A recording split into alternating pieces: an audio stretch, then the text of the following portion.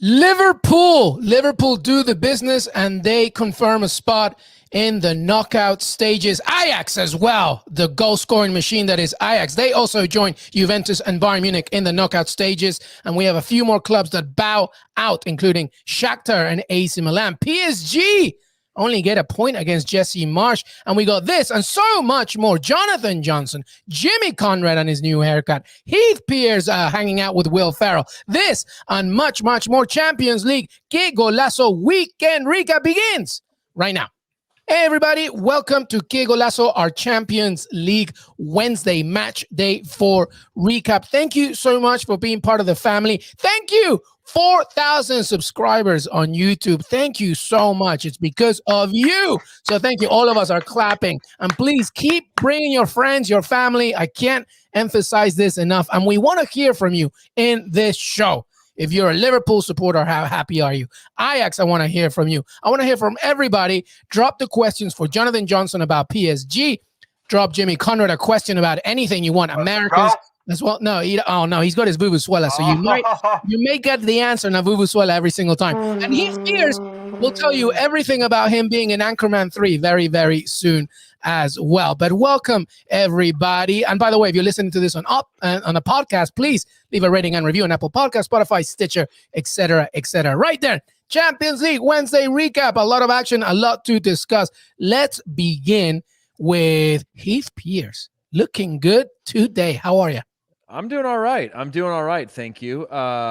Just thinking about every time we say JJ, I think about the most important JJs in my life. And I think about Jonathan Johnson. I think about Jermaine Janus, and I think about Jermaine Jones. That's the order, right?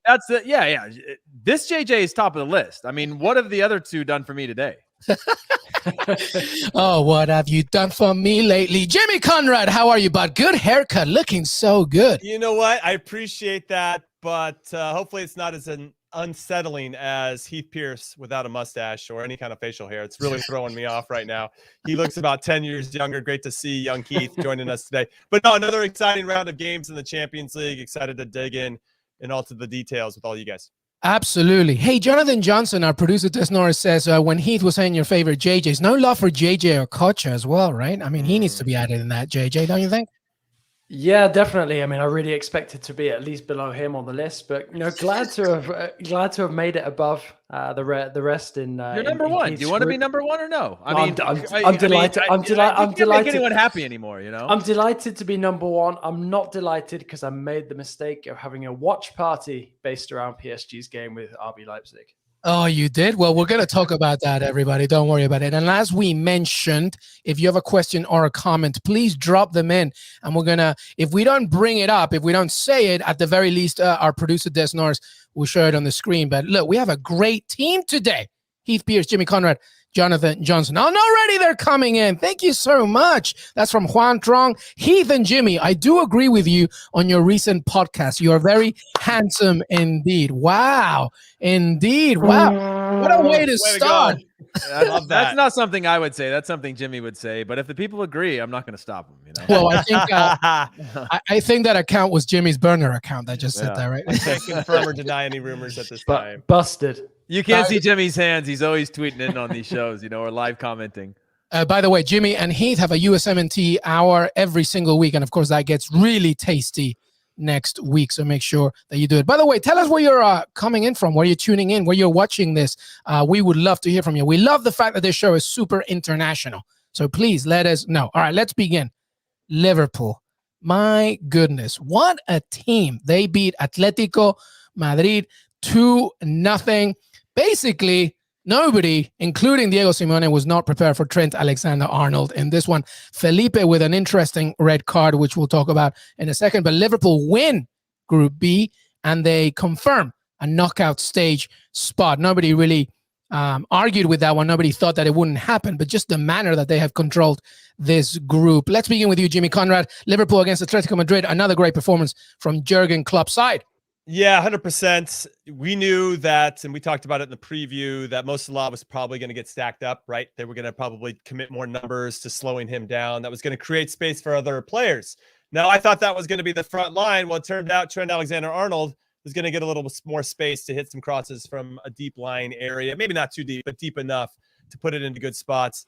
I actually thought Felipe for Atletico Madrid was very poor. I was disappointed to see him start, frankly. Let's leave the red card aside. His positioning, his lack of awareness on the first goal that Diogo Jota, by the way, who's probably 5'0", scores on a header is crazy to me. The ball bounces and he can score on a header. Anytime we see the little guys, it happens for Man City too, score on headers. You're like, how is that even possible? It was a skip. It wasn't a bounce. It was a skip. It skipped to his head height. He's not getting to a bouncer. No, I should give more credit to Trent Alexander-Arnold for whipping in that ball. But it was clear that they put a lot of emphasis on slowing down Mo Salah. They did that to some effect, but that allowed other players to step up and take advantage of that. Then once the red card hit, I don't even know if the red card even mattered. There was only one team on the field that was really trying to get after it, and I thought that was Liverpool. I think for me, this really confirms like this second win that Liverpool are enjoying. I mean, skip back a couple of months. I remember we were all debating, sort of, was this approaching the end of the Jurgen Klopp Liverpool era? And suddenly they now look like one of the most formidable sides in Europe. I think the way they've performed so far in this group has been really, really impressive. The result didn't surprise me that much, to be honest. Good to see Sadio Mane backing up my confidence in the pre-match predictions. And they are definitely one of the teams that has impressed me the most so far. I mean, obviously, when you've got a team of Liverpool's talent, you expect them to be able to produce those sorts of results. But, their group stage performance so far has been pretty much perfection.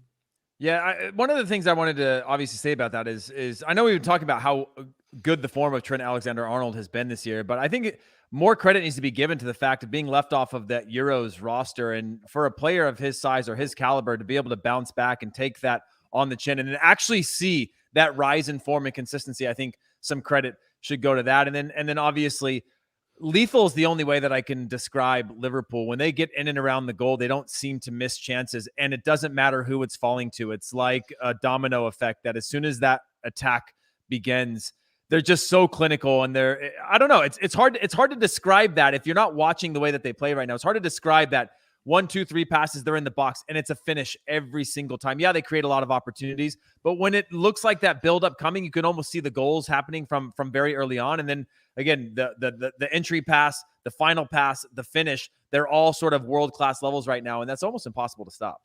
Yeah, I agree with all the sentiments being shared. Liverpool definitely look like one of the best teams in the world. With regard to Elliot's comment about Atletico Madrid, I was really surprised at how listless they did come out. They didn't look a little uninspired. I thought, as I mentioned, they had a tremendous performance against Real Betis this past weekend, 3-0, kind of comprehensive on both sides of the ball. That was only their 5th clean sheet out of 20 games so far, and they didn't get a clean sheet in this one. So 5 out of 21 for a team managed by Diego Simeone. Unacceptable in a lot of different ways. They had the firepower, didn't actually mind their starting lineup. I was surprised to see Rodrigo de Paul actually in the center midfield. I thought Kondogbia would start because that would be one more person to kind of keep an eye on Salah. They went a little bit more attacking and didn't have anything. There was no purpose in their game. Now, it's sometimes when you see teams, and they didn't get a shot on target, by the way, either. Is it more Liverpool's pressure or is it more the opposing team? And I think Liverpool can really stifle you. And if they get those early goals, it really can take the wind out of your sails. A couple notes and fun facts I got here for you, though. First time in club history that Liverpool have won the first 4 matches in the group stage. For them to qualify, They're going to win Group B. The other one is they're unbeaten in their last 25 matches in all competitions, 18 wins and 7 draws. Their last loss was 3-1 at Real Madrid in last season's Champions League quarterfinal, the first leg. It really speaks to what JJ was saying, that this team is really in their second win, becoming very formidable and arguably one of the best teams in Europe. Yeah, well, 13 goals scored in Group B. They've only conceded 5. And if you all remember, I wish Des Norris could roll the tape. I did have Liverpool as one of my sneaky favorites to win the whole thing. So I ask you again, everybody, after you've seen what they've done and what they continue to do, not just in the group stage, but also, of course, in the Premier League and how they continue to rise, do you have Liverpool higher up your power rankings in the Champions League if they weren't there already? JJ?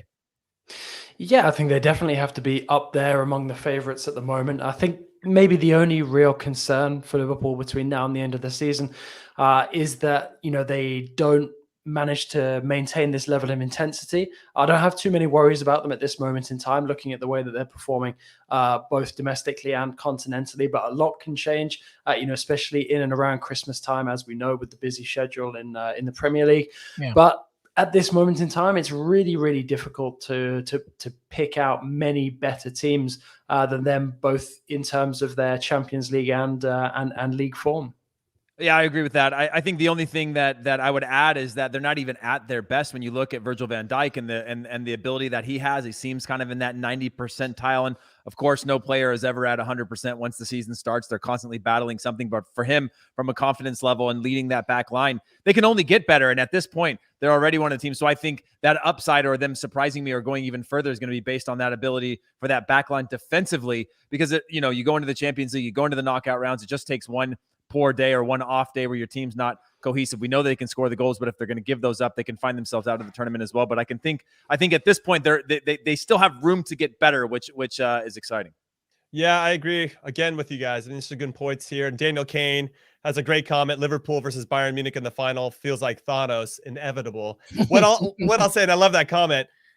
Liverpool just has to remain healthy, and I feel like it has to be a very, very special team, and a lot of things have to go your way if you want to actually try to win the Premier League and the Champions League in the same season. And I think that's a tall order. And at some point, I think you're going to hit that fork in the road, and you have to decide which competition means more. And I'd have to say, with regard to Liverpool, winning the league might mean a little bit more than the Champions League. Maybe I'm wrong. And if anybody wants to comment about it, any Liverpool fans out there that want to say otherwise, hit us up on Twitter. Let us know in the chat, whatever it is. But I feel like the Premier League is still their number one. Yeah, well, Elias brings up a very good point in the comments about the fact of the African Cup of Nations, of course, and how that will be a factor within. Alex Martinez from Waco, Atletico has been overrated for a long time. Bad things to happen to big clubs for them to do anything.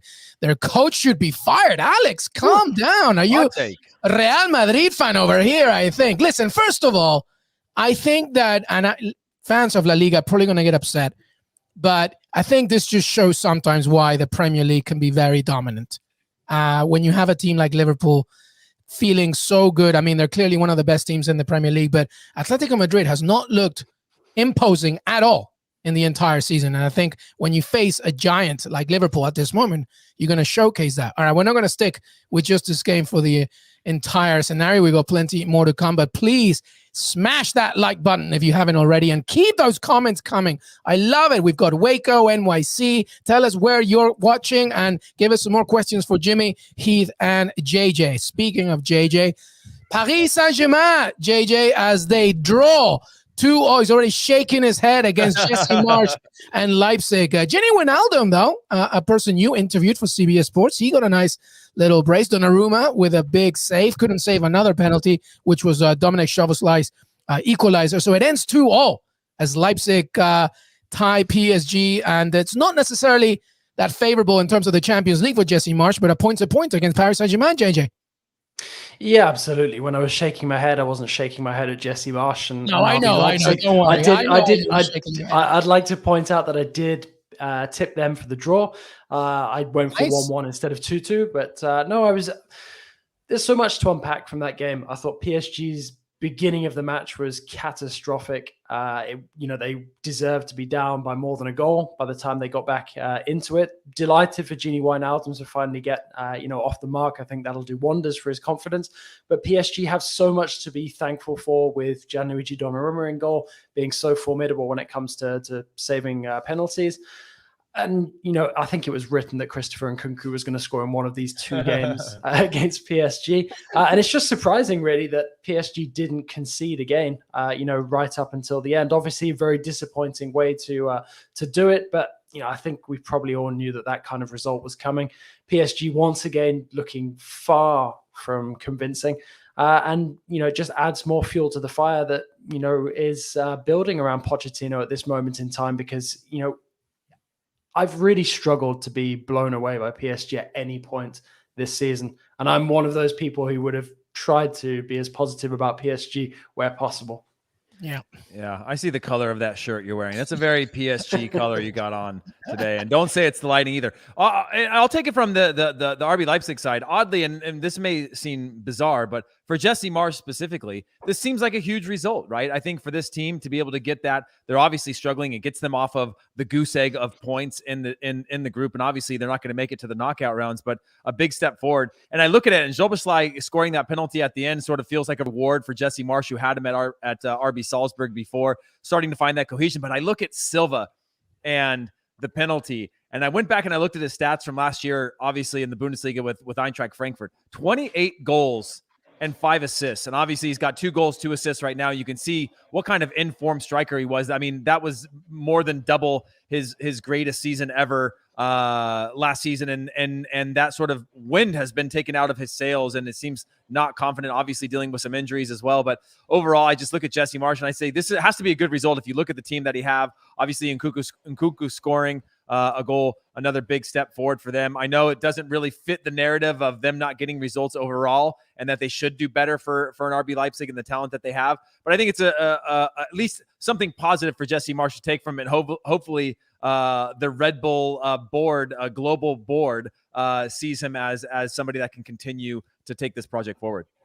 Yeah, with regard to RB Leipzig, I'm with you on that. For Jesse Marsch's perspective, I hope that this is a result that gives them some momentum, puts some wind behind their back, so they can start to like get some just string some things together, because they seem to be a little unlucky. Even today, missing a penalty. Andre Silva can't really find his feet. He was awesome last year for Eintracht Frankfurt, not as much for RB Leipzig. So I hope that happens for them. It'd just be nice for all the players included, obviously, and the fans.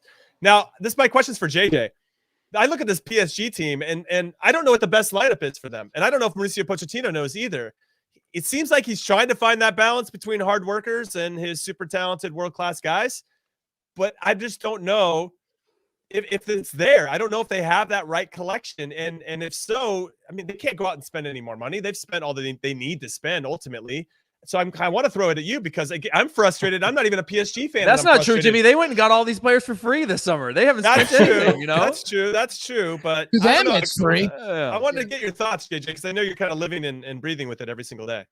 You know what? And it's going to sound like a real cop-out, because we come back to this point every single time. But PSG are only as good as Marco Verratti's fitness. And when he's not on the pitch, PSG is just not the same team. Insane. Yeah, but exactly. So when you're built around just one player and he's that integral, surely logic tells you that you go out and find someone who, okay, you're not going to be able to find a player who can do everything that Marco Verratti can do, but you look to try and find someone who can deliver sort of part of that package, especially on the creative side of things.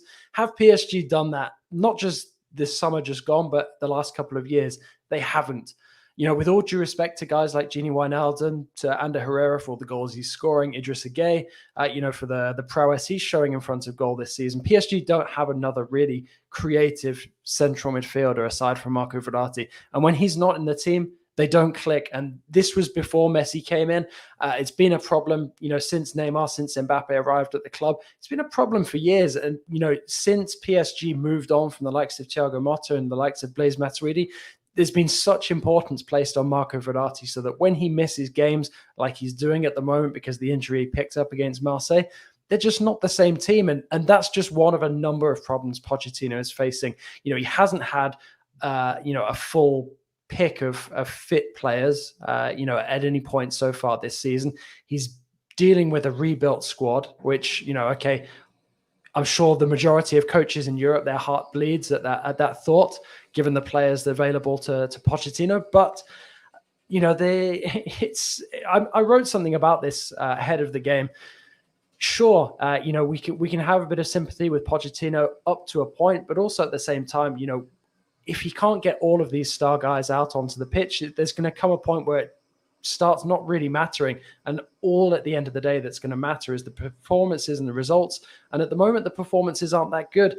And the results are starting to catch up with them as well. They've lost against Rennes in the league. They drew against Marseille. They've now drawn here. They've drawn away at Brugge as well. How long before the pressure really, really starts to build on Pochettino? Because you've got Leonardo having to answer questions about it publicly already. Yeah, well, listen, and Juan agrees with you. This is, Verratti's absence obviously affects PSG. They look disjointed, etc. But here's my little tiny violin playing. Now, if you, by the way, are a PSG fan, or you concur with Jonathan Johnson, or want to say something, please hit that like button and tell us what you would like to do to fix Paris Saint-Germain. Alex Martinez, PSG has lazy players up top. He only needs 2 lazy players at a time on the field. Alex is coming with the hot takes today. I feel like he's not wrong. I mean, you see the game. I was gonna say the wrong way. Effective, the other way is the better way to put it. But you can't. Teams are good enough now where you have fullbacks. The modern game has fullbacks that are comfortable on the ball, center halves that are comfortable on the ball, and you can break down pressure. If you have too many players picking off, it doesn't matter how good your press is. Your press can only be as good as one or two players that can maybe cut off the line. You see with Zlatan now, he still at least forces the game a certain way, and he's 40 years old. It makes the game predictable around him. But when you have three players just sort of drifting back for the transition game, it's impossible to press anything. Well, no I was telling our producer Des Norris to add a tweet. I think it's been taken away now because of copyright infringement. How Neymar was tying his shoe. There was a point where the center back of Leipzig was coming towards the ball towards the half, and everybody was pressing PSG. PSG, the trio, or at least the duo of PSG, was pressing. Neymar was tying his shoe. The defender's going towards Neymar, and instead of Neymar just standing up and going, "Oh my God, let me press," he just sticks his leg out while still tying his shoe. I mean, it's not good enough, Jonathan Johnson. It's just not good enough. And I'm going to tell you something right now. I am the biggest defender of Neymar Jr. for a long time because I just go back to the romanticism of him at Santos.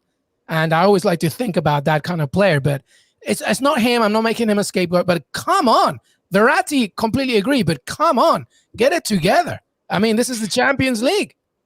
Yeah, I agree. I don't think it's good enough. And I think you can really extend that to the majority of PSG's attack. Mbappe is also guilty of not doing enough to press. I'd say that Di Maria does make an effort from time to time, but he's not the kind of guy that you can expect 90 minutes of press from. And Pochettino is a guy who thrives on pressing. That's when he really is able to stamp his identity on a team. And that is one of the reasons why he's struggling so much. So I can't really defend, Neymar and Mbappe, the guys who are supposed to defend from the front because it's just impossible to do. Jimmy, read this one. Read this one on the screen, Jimmy Conrad. Larry Preston. Hi, Larry. I'm sorry, I'm a USA fan, and I wasn't impressed with Tyler Adams. At one point, he was compared to Conte. He's no Conte. No, of course. I mean, I think Jimmy, before you say that, Larry doesn't have to apologize for being a USA fan, just so he knows. Yes, that's a good point. Don't ever preface it with a sorry, okay? It's okay to be a USA fan. We all suffer together. No, you should apologize. But Conte, who's compared Tyler Adams to Conte? Somebody tell me right now. We do have a tendency over here in the States to overhype our players, I think much to their detriment. And I feel like in some ways we've softened a bit after we've had a couple busts, let's say, along the way. Maybe looking at you, Freddie Adu. Maybe not. I'm just throwing that out there, right? He's our benchmark for all right, well, talk to me about Tyler Adams then, because, he did have a little bit of a rough game. He did have a rough game. They played a back three, and he's in there trying to do, he got into it a little bit. I saw him scrapping with Di Maria. I'm okay with him being a little chippy. I think that's one of his strengths, is getting in there and carrying and trying to do a little bit too much. But there are times where he needs to make the game, not necessarily make the game, but he has to transition the team and maybe in a more meaningful way than he does at times. Maybe what's being asked of him in that position. It wasn't his best look. He's been in and out of the lineup. He might have been trying too hard. There's a lot of different things that could play into this, but I'm hopeful that he's good against Mexico. I mean, that's all we really care about as a USA fan, right? Let's go. Come on, Larry Preston. Oh, here we go. I've actually got a question for Heath and Jimmy. Bearing in mind Tyler Adams' performance against PSG in Paris, where he played the ball back. It was a poor back pass, allowed PSG to get back into the game when Leipzig were leading. Would you have put him into the starting 11 for this game if it was your choice? Because I wouldn't have. Looking at how he performed in that game in Paris, I thought that he was a little naive, but he also, looked like he kind of looked overawed by the fact he was up against the likes of Messi and Mbappe that game. That would have been a worry for me. Yeah, and quite honestly, he hasn't started his last couple games in the Bundesliga. He's been coming off of the bench for the team, and so I was actually surprised. And Jimmy, I want to know your take too. If you were surprised that Tyler Adams was back on, I'd been watching it. Usually, Tyler Adams is in and out. Obviously, he plays at the holding midfield spot, or he's played in this sort of withdrawn wing back spot at times. But him being put back into the starting lineup, especially after that first match against PSG, and then him being on the bench the last couple of games, I was a little bit shocked at that. And again, I think sometimes he tries to overextend himself or do a little bit too much. And with the national team, we've kind of found that little bit of a box that he plays in, the parameters of which he provides for the team on a global or larger stage. I think he's challenging himself and maybe putting himself out there too much. That's causing some of these mistakes or not having the best performances. No, what I jump in and say really quick is the last time he got 90 minutes, was against Babelsberg in the DFB Pokal a week ago. He played 25 minutes at Seno against Greuther Fürth, where RB Leipzig won 4-1. But he did play 90 against PSG in Paris, and he ended up giving up a ball that led to a goal that Messi ended up scoring. And maybe Jesse Marsch, obviously having a soft spot for Tyler Adams because he was with him at New York Red Bulls, wanted to give him a chance to borrow a quote from Dumb and Dumber, totally redeem himself, and Totally redeem yourself. And I think he was a little bit better today than he was when they played against PSG the last time, but that's not saying much because he wasn't as good there. It's tough. I think that what you learn when you go over to Europe is you have to perform game in and game out, and he knows that. Everybody knows it, and that's changing over here in MLS. For that, those stakes are starting to get higher and higher. But that's one of those things. And when you're surrounded by a lot of talented players who can do the job and maybe do it a little bit better, those fine margins between what's good and what's great are very important. And I don't think he's doing that enough consistently. Yeah, sometimes you have your day, sometimes you don't. I think Tyler Adams remains the most important player for the USMNT to me. I think he's a fantastic player. All right, Jonathan Johnson has to do a few other things after this. He's got to write a couple of pieces apparently. Oh, get to work, JJ, seriously. But no, seriously, Jonathan Johnson, we really appreciate you. Make sure that you follow him, John_Le Gossip, and as well all his content on CBS Sports. Final thoughts, Jonathan Johnson, before we say goodbye to you. Yeah, I mean, I guess, sticking with that PSG result just one more time, at least it works out in a way that it now gives us a really great showdown between City and PSG in the next game. And I think that's probably what everyone was hoping for. Otherwise, obviously we were talking about the interview with Simon Kjær earlier in the week. Really, really disappointed to see Milan going out that way. I'm sure you guys will get into it a little bit more after the break. As much as there's been some great football this evening, there was some fairly disappointing performances as well, and I'd rank Milan up there, and failing to get past Porto and at least keep it interesting for the final two games, probably as one of my primary takes from that.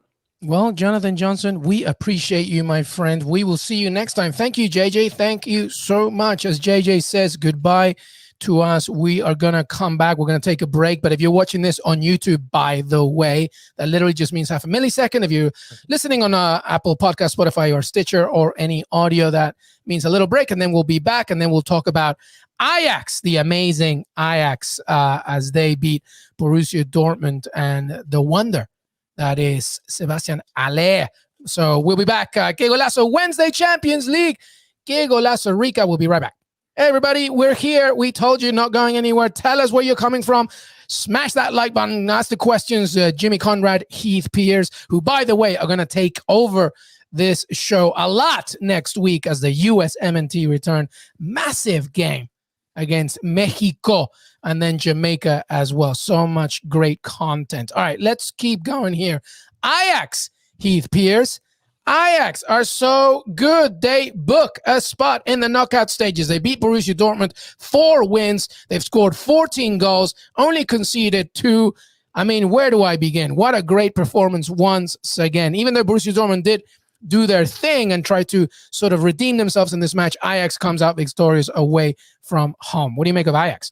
Yeah, oddly, when Ajax were down 1-0, Mats Hummels was sent off for Dortmund, which obviously played in their favor. But Marco Reus scored a goal just after that to put Dortmund up 1-0. And I thought, okay, obviously there's going to be plenty of opportunities for Ajax, who are so good in the attack in this game. Dortmund actually had a couple of half chances in the run of play, or against the run of play, to give themselves a little bit of a cushion. It still would have been a huge leap to try to see this out without maybe you can pull off a point, but with that much time, 29th minute to get to the 90th minute would be hard against an Ajax team that's scoring. Overall, Ajax are just so dangerous and, again, so fast in the attack. They remind me a little bit of the way Liverpool attack, where obviously you have so much quality. Anthony is one of the best players in the world right now. When he gets isolated on the wing, 1, he's entertaining. 2, he actually beats players, and he has some efficiency. He has a final product, his crossing, his final pass. All of those things are the things that are missing a lot of times when you have those creative players. When they're on the ball, they'll beat you a couple times. They'll put their foot on it, try to beat you again. They don't have that final product, and he's one that I think is lifting this team to the next level. And then Haller, I mean, this is a guy that I'm wondering, you know, I was a little bit shocked again, as I mentioned before, that when Ajax spent as much money as they did on him, a record signing for them for a transfer incoming, a player that's in the quote unquote prime of his career, could be on the way out again within 6 months to somewhere else, doubling 14 goals in 15 games in all competitions, Heath Pierce. 14 and 15. Amazing. It's wild. And to see them humble Dortmund, and I know Dortmund are going through a lot of squad changes right now, rotations, injuries, things like that. Their depth is being tested. They obviously don't have their superstar player who can score against anyone and keeps them into matches. But Ajax, Dortmund are still a team that's been on a crazy run of form in the Bundesliga. And for Ajax to put a beating on them the way that they have these last 2 matches, it's just really impressive. And I look at the weaknesses, and again, it's not the youngest Ajax squad we've ever seen. And when we think about Ajax, we think about just teenage players across the board. They have a lot of experience in this team, and therefore I'm putting them in this category of one of the better sides that I've seen from Ajax that actually could go on a deep run. You know, normally we look at Ajax in the same way that we look at RB Leipzig, which is like knockout rounds, great. You know, quarterfinals, great. Semifinals, unbelievably successful. But this is a team that I think does have an actual chance to go as far as they want, and they have the quality and talent on the field, as well as playmakers that could, even on a bad day, keep them in matches. Yeah, I think what's interesting, and he's spot on with regard to Ajax and their chances, and maybe can even match the most recent great run they had into the 2018-2019 season when they got to the semifinals. And we're unlucky to lose to Tottenham. Lucas Moura decided to be the miracle man to make that happen, to get them into it. What I think is really impressive about Ajax, not only the signing of Sebastian Haller, but the fact that how good they are defensively. Prior to this game, they'd only given up 1 goal in their previous 9 in all competitions. So now you make it 2 and 10. If they can be that stout defensively, then yes, I think they can make another great run. I mean, that you have to be solid on both sides of the ball to have a good run in the Champions League in particular. And Erik ten Hag, I think, is really starting to push all the right buttons. And then as you talk about Antony, it makes me wonder, as he starts to emerge as a real threat and maybe gets into the Brazilian national team on a more regular basis, and then you got the red-hot Vinicius Jr. on the other side, who's absolutely crushing it for Real Madrid. Yeah, the future is back to being super bright for the Brazilians who are crushing it in World Cup qualifying. And I think when you see all the players that are developing, they might be probably the favorite for the World Cup in 2022. I'm just throwing that out there, everybody. As a Peruvian Jimmy Connor, that makes me so happy to hear that Brazil just keeps doing. A few questions from everybody, which I would love Heath and Jimmy to answer. Back to Heath and then Jimmy, you please. First of all, the Mats Hummels red card. What do you think of that one? I thought it was a little bit soft. Obviously, his feet are up, and you have that typical thing where you're leaving it into the ref's hands. And when you can look at it from every which angle, I think it's tough to argue when you have those. I believe it was my last ever Major League Soccer game. I got a red card. Don't tell anybody that. But I think I finished my career on a red card where really? I opened my legs up for those that are watching it. And I opened my legs like this to get as big as I could to not let a player around me. So kind of in a scissor stance, and went down when I ended up getting Dominic Aduro. I made contact with him, just tiny bit of contact, but not malicious in any way. But then I took it to appeal after I was sent off, and I was like, this is insane. There was no malicious intent. And they were like, yeah, but you showed both studs and you made contact. Therefore, it was a red card. I still stand by that. And so same thing with the Hummels, and maybe Jimmy feels different. You're putting it into somebody else's hands, but I thought that I personally, and as a defender, I always stand by the defenders. It was a little soft of a red card. Well, then I think I know where Jimmy's going. No, Jimmy? yeah, of course. I'm going the same direction, but anytime you leave your feet, then you do allow the decision to be made by a referee. When you lose control of yourself. Yeah, 100%. And so that's kind of where I'll lean a little bit. So you should never allow that to happen if your positioning is good. And if anybody that doesn't know Dominic Aduro, probably one of the fastest players to ever play in MLS. So I can understand why Heath was trying to catch him with his stud showing. With regard to Ajax, right now, they have. As you answer that, Jimmy, there was a question. I think it was from Miguel. Really good question about what is stopping Ajax from winning the whole thing? It's got to be health, right? If they lose Sebastian Haller, you lose that real pivot player up top that can allow them to get more space to Antony and Dusan Tadic out in the wings. They have a young goalkeeper in Pasveer who, he's still trying to, really establish himself. But everywhere else, they're pretty solid. And I think they've got a nice balance of like the superstar mentality and the guys that are there to work hard, and they know how to keep the ball. Then they have one of the best young holding midfielders in Gravenberch in their team. So And next to him, the Mexican Edson Alvarez. who, Yeah, there's no it's question. just a good squad. And they got Davy Klaassen coming off the. I mean, they got some depth as well, and I think that's going to be important as they manage any injuries. So Ajax, a bit of a dark horse to. Let me say it like this: I wouldn't want to face them in the first round of the round of 16 in the knockout rounds. Yeah, No I think question. we just got a comment from Caleb about experience. Caleb, have you looked at this squad? There's experience in there. There's Dusan Huevo de Acero Tadic, if you saw his goal, by the way. But there's a lot of experience here. But I go back to Jimmy's point. I think Erik ten Hag is a top 3 manager in the world right now. I mean, definitely Europe. I think so highly of him. I'm actually really shocked that there was no more aggression from bigger clubs in the summer. I know that you got your Thomas Tuchels, your Jurgen Klopps, Pep Guardiolas. But in this moment, just from innovation, the things that I'm seeing, I love Erik ten Hag so much. And I think he's going to be hopefully learning his lesson, right, from the last time when they played Tottenham in the semifinals. Yes, Jimmy. I got trivia for you guys. And this is for everybody else in the chat that's listening or anybody. Here's this. Okay, Heath answers first. Sebastian Aller is only the 5th player in Champions League history to score in each of his first 4 appearances in the competition. Okay? I'll give you the first one, De Carlos. I'll give you the second one, Alessandro Del Piero. Yep. I'll give you the third one, Diego Costa. Who is number 5 or number 4? Raul. No. Heath. Karim Benzema. That's not a bad shout, but no. Our producer says, Desnor says, Erling Haaland. And by the way, please, if you're watching this, please add your questions. Is that it? It is Erling Haaland. Oh, there's no. Well, you know what? Yeah, he's got the internet, man. I'm out here. I'm focusing on the people. Exactly. Des Norris. Yes, all of us are focusing on screen, trying to be pretty. Des Norris is in the background, like, yeah, I have a big brain, guys. Imagine scoring in your first 4 appearances. Those are some big time names. De Carlos was sick. Alessandro Del Piero, sick. Diego Costa, depending on if you think he should have been Brazilian and played for Brazil or playing for Spain. Obviously, tremendous player at the peak of his game, and Erling Haaland, unbelievable. So we have 2 active players right now in that statistic. That's fantastic. All right, let's move on to Group D. Group D, and as I look around, well, the Sheriff definitely. I shot the Sheriff. It's definitely happening right now at Sheriff. I think reality is sitting to Sheriff Tiraspol as Inter Milan take care of business. Talk to me about this game. I mean, everybody pretty much predicted Heath Pierce that Inter Milan was going to at least do the job now, and Shakhtar was going to slowly come back to reality. Yeah, with regard to Sheriff, this is one that I just didn't know how long this would last. They were actually showing that I thought perhaps they would be a shoe-in into the knockout rounds and sort of be that Cinderella story. I didn't think they were good enough to go any further. It was 0-0 at halftime, by the way, in this game as well. Yeah. But Inter have been good, and I think Inter's looking at last season where they went out of everything in the Champions League and seeing this as an opportunity, coming off of obviously a trophy in the league, knowing that trophy is going to be a lot harder this year than it was last year to go and get.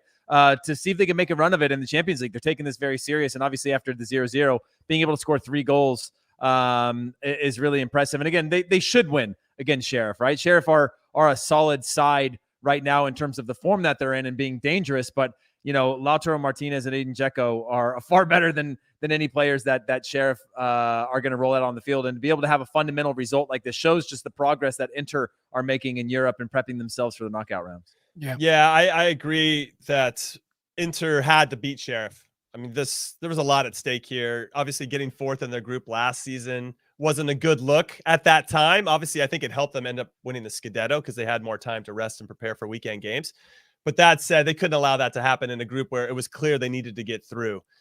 Sheriff was their best chance to get 6 points. They got all 6 points in these last 2 match days, and Inter now put themselves in a good spot and actually have some momentum going into the Milan derby this weekend. And I know we'll preview that in our weekend preview on Qué Golazo podcast. But now I'm kind of pulling for Sheriff to get into the Europa League. They're only going to need 1 point. They got Real Madrid at home in the next match day, and then they go to Ukraine to play Shakhtar Donetsk. They really don't want to leave it to that, but it could possibly happen. Shakhtar still has to go to Inter and go get something from the San Siro, so that might not even happen. That work might already be done for them. But I think it would be cool to continue this Sheriff story, even if it's in the Europa League. All right. Also, shout out Alexis Sanchez for scoring. Yes. No, I'm not. I thought Yeah. I didn't even know he still played. So it was Yeah. very cool. Against- To see him out. It's always good to get a check-in from a goal from a player you're wondering where they're playing at. It's against my Peruvian contract to cheer for Alexis Challenge. All right, very quickly on Real Madrid, by the way, winning 2-1 against Shakhtar. 9 Brazilians, to Jimmy's point about Brazilians doing their thing.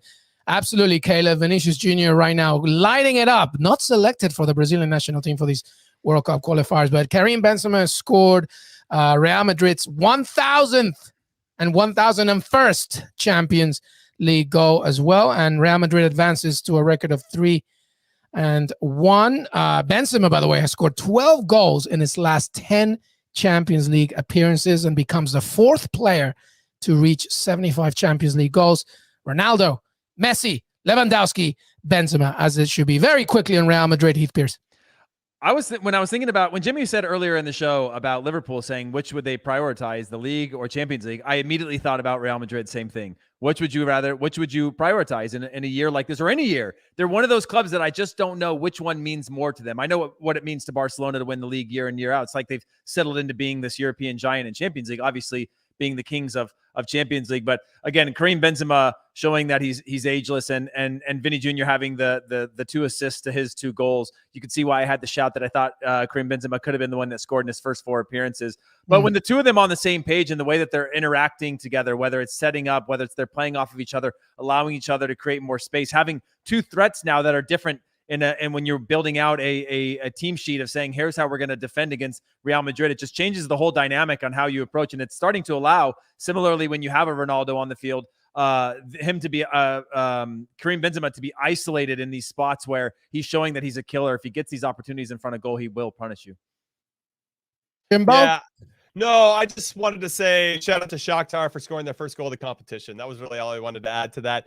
Vinicius looked fantastic. I will say that defensively, Real Madrid, the goal that they gave up though was really easy. It was too easy for a team of their quality. And if they want to make a run at either the La Liga trophy or Champions League, they got to figure out that piece of it. I think that they will. I think Carlo Ancelotti has done a fantastic job getting this team to have somewhat of a resurgence, to be more consistent in a lot of different ways that maybe they weren't last season under Zidane. And I think they're an outside threat to make a deep run in this competition, like always. Like always, Champions League historians, Real Madrid. Heath is going to stick with us for a little bit longer, but Jimmy Conrad has to go soon. Jimmy, your final thoughts as we round up a few other things. AC Milan tied with Porto, Manchester City 4-1 against Club Brugge, and Sporting thrashing Besiktas 4-0. But you don't have to give me your final thought about that. Final thoughts from anything. No, I just thought it was another fantastic match day. A lot of good goals, a lot of narratives, and I thought AC Milan were going to do a little bit more, but you can't sleep on Portuguese teams in European competition. Porto got a hard-earned result in the San Siro in Milan, and then I thought Sporting Club de Portugal, they scored 9 goals and only given up 1 over 2 legs against Besiktas. And Sporting, there's another team, but they qualify for the knockout rounds. You're not going to want to face them, so keep an eye out on the 2 Portuguese teams. I love it. Jimmy Conrad, thank you so much, brother. Jimmy Conrad, make sure that you follow him on Twitter, on Instagram. He's on HQ as well, betting tips, etc. And he will be back as well for a lot of USMNT content, weekend preview, weekend recap with Heath Pierce. Heath Pierce in the house. Now, as we wrap this up of match day for Heath, from that roundup, AC Milan, Porto, Man City, Club Brugge, Sporting, Besiktas, anything that spoke out to you from those games? I mean, obviously, as Jimmy said, the 4-0 for Sporting is really impressive. You know, to see a team you don't really think about a Sporting in that regard, but to know that they put up 8 against Besiktas, who are obviously struggling in their own right, but to know that you can put up 8 goals, including home and away in back-to-back games, that's sort of the beauty of being having that third match in the Champions League. Some good goals turn around, yeah, some fantastic goals. You turn around and you play them again. The upside for Besiktas is you would then approach it saying, hey, listen, we're going to play this team that just put up 4 on us. We should probably, at home, we're now going to go away. We should probably change the way in which we're going to play.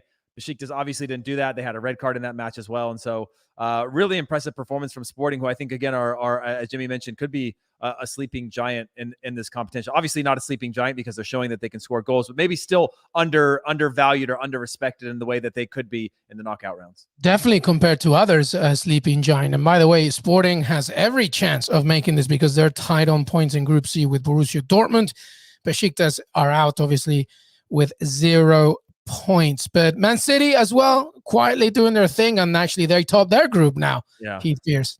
And by the way, yeah, and not so much about Man City because again they were at 1-1, I believe, at one point. They were down 1-0 to Brugge, and then you kind of see them found their form. It's a theme that we saw a lot last year with Man City, where they get a wake up call, giving up a goal, and then all of a sudden they start to play, or they go these long periods, and all of a sudden they wake up, and you're like, whoa, this is a completely different type of team. You could see that in this match where Man City are one of those teams, and occasionally it happens where they don't score the goal, but you can see the goals coming for a while. There's this build-up play, and you can feel this sort of lean that starts to happen where they just wear you down and break you down, and now they're in these deep little positions, and they're cutting balls back and creating goal-scoring opportunities. But the thing that I wanted to talk about, and I'm happy to jump back to that one if you had more thoughts on that, was the AC Milan game.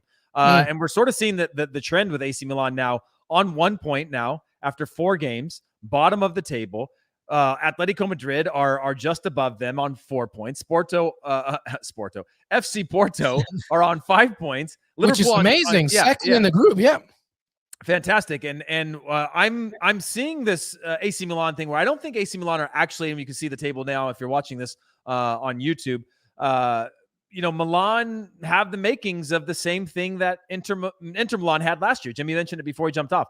When Inter Milan were knocked out of everything, yes, it's a huge hit. When you're a player in that locker room, you're like, man, this is what failure looks like. But guess what? We've got this other thing that we're competing for. Let's put all of our eggs in this one basket. We can rotate the team better here than having to rotate it between here, the league and the cup and Europe and all these things that you have to manage a schedule. AC Milan are not deep enough to make a super deep run in Champions League this year. But I do think they're deep enough if they use those players to win Serie A. And so while it sounds counterintuitive and stupid to think that them getting knocked out is a benefit for them, I don't think they have a chance to win it. So this is their best odds of actually not even going in Europa League in the same way that Inter finished 4th.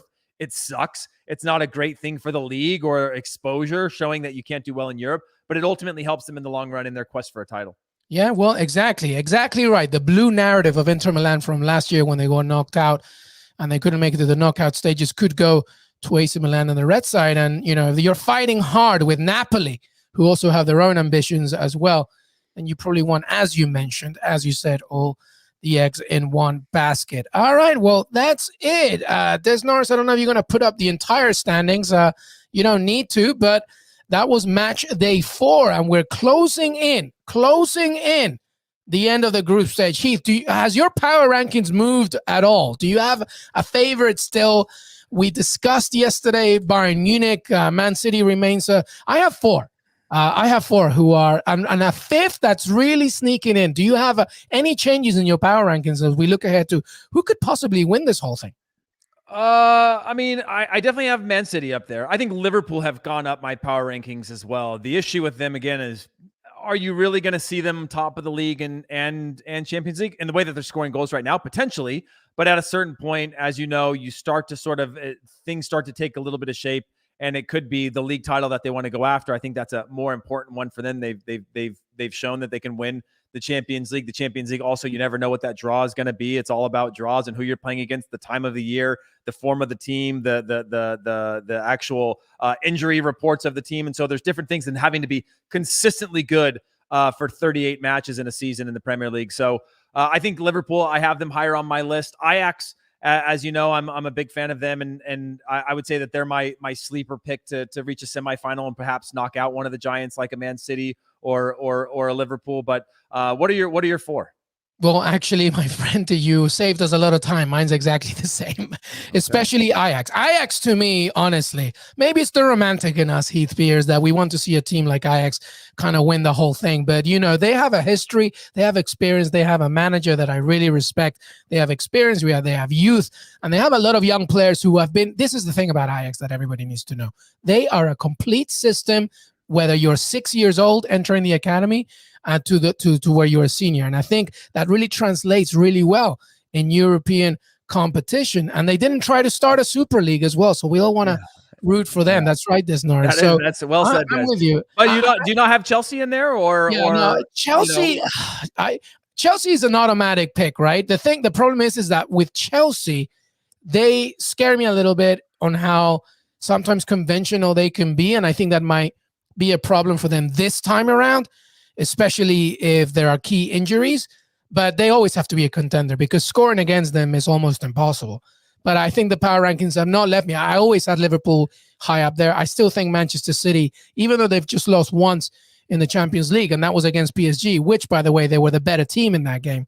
I still see them going all the way to the final. PSG, I had them as my winner at the very, very beginning. And I'm not detached from that idea. It's just that obviously as the proof is in the pudding, they really are not in sync. But I really think that all it takes is a winter break and then just being in the knockout stages and then taking it from there. Because we all know knockout competition is a completely different kettle of fish. I would say that the only way PSG reach a final is if Sergio Ramos plays. And right now, the argument is whether he even stays in the club. If I don't know if he plays again. Right, exactly. With the his current injury sort of situation, and I say that them reaching a final because he's the only one that has the respect from each one of those stars to light that fire and say, if we are going to be good, you're going to get mad at me from time to time. But you've got your job to do, and I've got my job to do. My job is to lead this back line and be a cohesive unit when we press, when we drop. That helps Pochettino. That helps, that just helps build the system of the club. And you need somebody who's big enough to stand up to these guys, that's respected enough in the trophies that he's won. He's got a little bit of that killer instinct. He's a little bit of a bully. He's a little bit of everything you need to wrangle in the way that you had your Tony Adams of the world, somebody that can be a little bit mean, but also has the respect of the star players around him. To get this team forward. If you don't have that, I just don't see anybody that's going to be able to look at Neymar, Mbappe, Messi in the eyes and say, hey, I'm going to need you guys to do more defensively. Or those three players look each other in the eye and say, hey, we're going to all need to do more defensively to keep ourselves in games, because they're clearly not doing it offensively game after game, or at least in a cohesive manner. So that's my one take that changes. If he comes back in, if they get him back at some point, which I'm not expecting, then I think he jumps back up. They jump in the power rankings for me. Yeah, with me too. I think they're out of my top four. I have Manchester City, I have Liverpool, I have Bayern Munich, and I think it's just Chelsea, but Ajax is really trying to push in there and sneak. And by the way, some good arguments for Real Madrid. All right, that is it, my friends. Thank you so much for being part of the show. That brings the close to match day 4 coverage, but we're going to be back here again. We have so much content, including our weekend preview. We have our weekend recap. And then after that, as I mentioned, Heath Pierce right here and Jimmy Conrad will give you the USMNT hour and a great preview to USMNT Mexico and so much more. Thank you for watching and listening. Follow Qué Golazo on Twitter, Qué Golazo Pod. Subscribe to the Qué Golazo page on YouTube and hit the notification bell. And of course, subscribe to Qué Golazo wherever you get your pod. See, Heath Pierce, who is that? Is that Will Ferrell? That's me and Will Ferrell. Yeah, Des didn't want to put it up on the screen, so I just had to do it. It's my moment. How was that, by the way, Heath? Was that fun? Was that the first time? It was actually really, really fun. So we did a play-by-play. I was doing color commentary for LAFC's game last night against Vancouver. Will jumped into the booth. We had a couple questions about him joining the club's ownership group and the travels that he's been on filming. He did a bit with Jason Sudeikis and Brendan Hunt. Yeah, they were all there. Brendan Hunt. Yeah. And then we jumped in and did a little play-by-play, and he immediately called a couple plays, which was great. And he actually did a great job, knew all the players' names, had been following, and he's been away for the whole year filming a movie, but that's how in tune he is with the club itself and the players that they have. And then started making fun of the coach of Vancouver and his outfit and his clothes, called him Mr. Bean, was making fun of the shoes he was wearing, which is like, I could never get away with that. Max Bredos could never get away with that. But to know that Will Ferrell was there just kind of pointing the finger and teasing a guy, I was like, oh, what a refreshing take. We should get him up here once in a while to do that. But yeah, it was a really cool experience. I love it. I absolutely love it. You can catch Heath Pierce and Max Bredos on LAFC content. By the way, MLS is wrapping up this weekend. There's a few more games left, but the playoffs of MLS are always crazy, are always fun. Man, that's a good one. And actually, we're going to have some good guests coming up. I can't tell you who they are just yet, but we have some good guests coming up for that one. Heath Pierce, always a pleasure. We want to thank Jonathan Johnson and Jimmy Conrad as well. But HP, thank you, man. Thanks for having me. Hey, thank you, everybody. Don't forget to follow us on Qué Golazo Pod. I've already said all the call to action, so have a great rest of your evening. We'll see you next time.